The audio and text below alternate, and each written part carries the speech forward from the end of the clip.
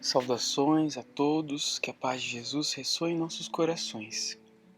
Na oportunidade de hoje, gostaríamos de abordar a ideia de reparação e refletir alguns de seus aspectos. A reparação, no livro Céu e Inferno, de Kardec, é abordada da seguinte forma: somos esclarecidos que, para nossa própria regeneração espiritual, são necessárias três condições: o arrependimento, a expiação e a reparação. E essas condições são necessárias para apagar os traços de uma falta e suas consequências. E o que seria a reparação? O codificador nos afirma que a reparação consiste em fazer o bem àqueles a quem se havia feito mal e de que é por meio da reparação que o culpado poderá remir-se.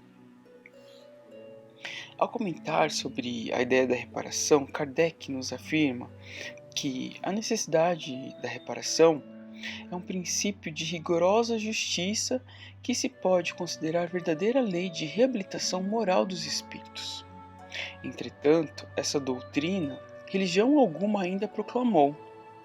Algumas pessoas repelem-na porque acham mais cômodo o poder quitarem-se das más ações por um simples arrependimento que não custa mais que palavras por meio de algumas fórmulas. Contudo, querendo-se assim quites, verão mais tarde se isso lhes bastava. Nós poderíamos perguntar se esse princípio não é consagrado pela lei humana e se a justiça divina pode ser inferior à do homem. E mais, se essas leis se dariam por desafrontadas desde que o indivíduo que as transgredisse por abuso de confiança se limitasse a dizer que as respeita infinitamente. Por que hão de vacilar tais pessoas perante uma obrigação que todo homem honesto se impõe como dever segundo o grau de suas forças?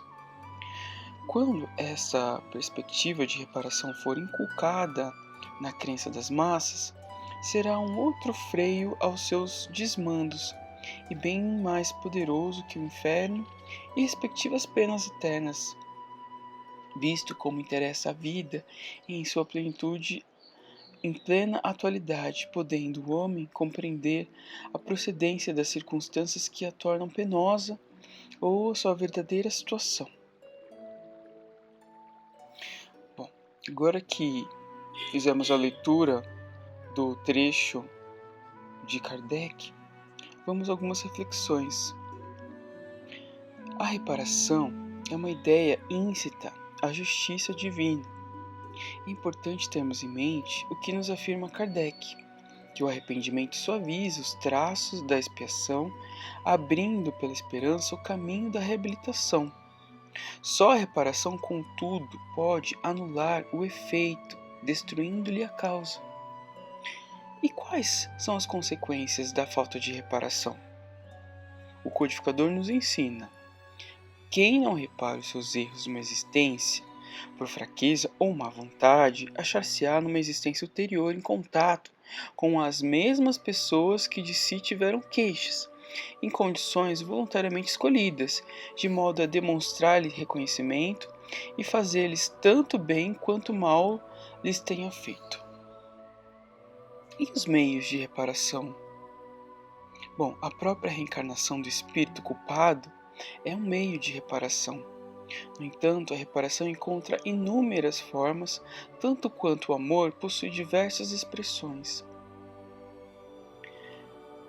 Ao exemplificar expressões de reparação, Kardec nos ensina que, abre aspas, nem todas as faltas acarretam prejuízo direto e efetivo. Em tais casos, a reparação se opera fazendo-se o que se deveria fazer e foi descurado, cumprindo os deveres desprezados, as missões não preenchidas, praticando bem em compensação ao mal praticado, isto é, tornando-se humilde se foi orgulhoso, amável se foi austero, caridoso se foi egoísta, benigno se foi perverso, laborioso se foi ocioso, útil se foi inútil, frugal se foi intemperante, trocando em suma por bons os maus exemplos perpetrados. E desse modo progride o espírito, aproveitando-se do próprio passado. E o espírito Joana de Ângeles, ao abordar o tema do arrependimento e da reparação no livro Desperte e Seja Feliz, de sua série psicológica, nos exorta à prática da ação reparadora como meio de se libertar da culpa. Abre aspas. Arrepender-se é abrir-se para o bem. Quando descubras que errastes, de imediato recomeça a ação reparadora. Além das palavras que pedem desculpas e perdão, a atividade de recomposição dos danos, reparando o mal praticado de forma que permaneçam os resultados felizes, é o passo a seguir. Aquele que não se arrepende permanece no letargo do primarismo, com a consciência adormecida, vivendo o período do pensamento instintivo. Nele predominam os atavismos da fase inicial de que ainda não se libertou ou que prefere não superar. Conhecendo a realidade, cultiva a coragem de identificar o erro, de te arrependeres dele e ato contínuo repará-lo. Com a mente elevada às fontes sublimes da vida, fruirás emoções e pensamentos ideais que te auxiliarão a não errar. Mas se tal acontecer, eles ajudarão a te arrependeres e te recompores, reparando qualquer mal que hajas infringido, libertando-se assim de culpa. Se o ofendido por esta ou aquela circunstância não conceder ensejo para reparação, isso não deve constituir impedimento para as ações nobres que devem tomar curso, se não em referência à vítima, pelo menos em favor das demais pessoas, fortalecendo-as no bem, edificando-as, ajudando-as a crescer.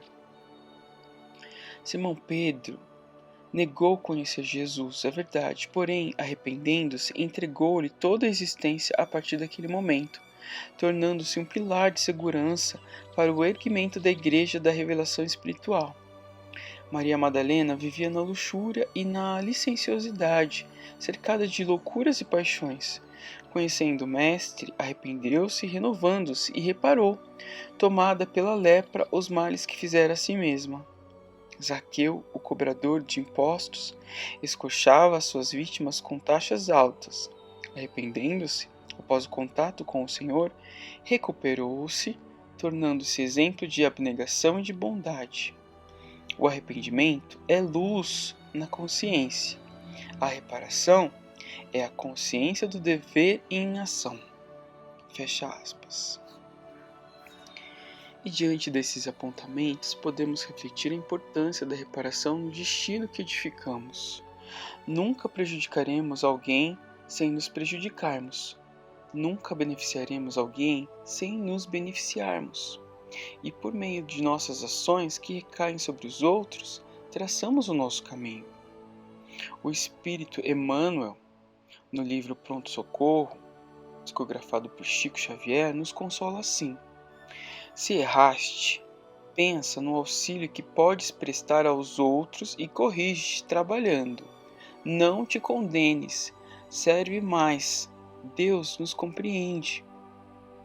Lembremos da vida de Paulo de Tarso, que diante do despertamento de consciência, arrependeu-se e reparou até quanto pôde o mal que fez ao tempo de adversário e perseguidor do Evangelho.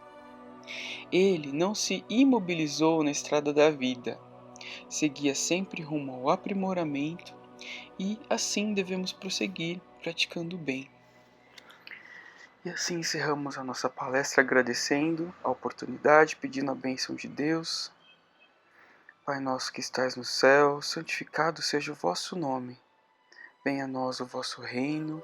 Seja feita, Pai, a vossa vontade, assim na terra como no céu. O pão nosso de cada dia nos dai hoje. Perdoai as nossas dívidas na medida em que perdoamos aos nossos irmãos. Não nos deixeis cair em tentação, mas livrai-nos de todo o mal. Que assim seja, Pai. Graças a Deus e a Jesus.